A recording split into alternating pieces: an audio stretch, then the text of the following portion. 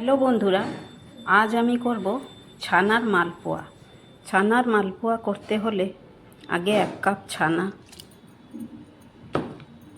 তারপর 1 কাপ ময়দা,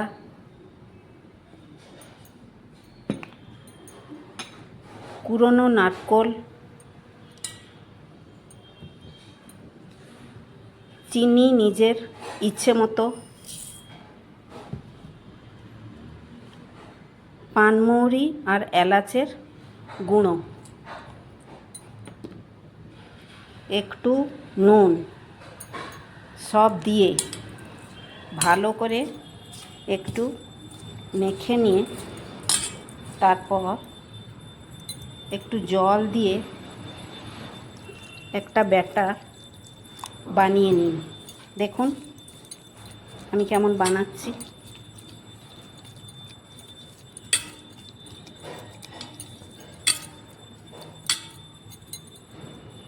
বেশি জল দেবেন না, অল্প অল্প জল দিয়ে ব্যাটারটি করবেন। বেশি জল দিলে বেশি পাতলা হয়ে গেলে মালপোয়াটা ভালো হবে না।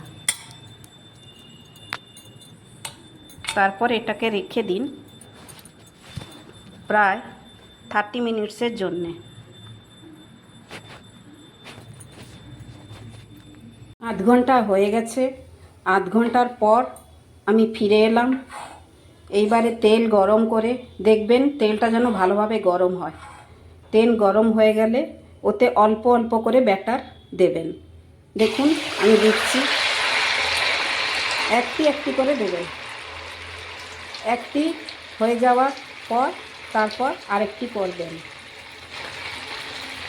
সবসময় আঁচটাকে মিডিয়ামে রাখবেন, তাহলে মালপোয়াটা ভালো হবে।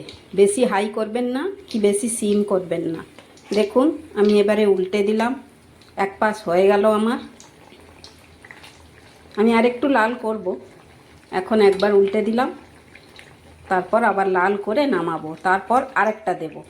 দেখুন বন্ধুরা আমি লাল করে ভেজে নিয়েছি। এবারে একটু তেলটা ঝরে যাওয়ার জন্য এইভাবে খুন্তিটাকে রেখে তারপর আরেকটা ব্যাটার ওর মধ্যে দিয়ে দেবো। এইভাবে এক একটা করে দিয়ে একটি একটি করে মালপোয়া করবেন, তাহলে ভালো হবে। এই দিলাম, আরেকটি দিলাম।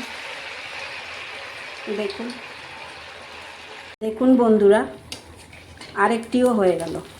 এইভাবে আস্তে আস্তে করে আপনারা উল্টে দেবেন। সিম করে করবেন, মাঝে একটু মিডিয়াম করে তারপর সিম করবেন শেষের দিকে, তাহলে এটা ঠিকভাবে উঠবে। নাহলে উঠবে না, কড়াইতে লেগে যাবে। ঠিক আছে, হয়ে গেল বন্ধুরা। আমার হলো 7টা মালপোয়া। বন্ধুরা যদি কলা নারকোল দিয়ে করতে চান মালপোয়া তাহলে ওতে আটা দেবেন, আর যদি ছানা দিয়ে করতে চান তাহলে ওতে ময়দা দেবেন, তাহলে জিনিসটা খুব ভালো হবে। যদি আমার এই মালপোয়ার রেসিপি আপনাদের ভালো লেগে থাকে তাহলে ভিডিওটি লাইক, কমেন্ট আর শেয়ার করতে ভুলবেন না। আর এমন সহজ রেসিপি পেতে আমার চ্যানেলটি সাবস্ক্রাইব করে পাশে থাকা বেল আইকনটি অন করে রাখুন। সবাই ভালো থাকবেন। আবার নতুন রেসিপি নিয়ে দেখা হবে। ধন্যবাদ।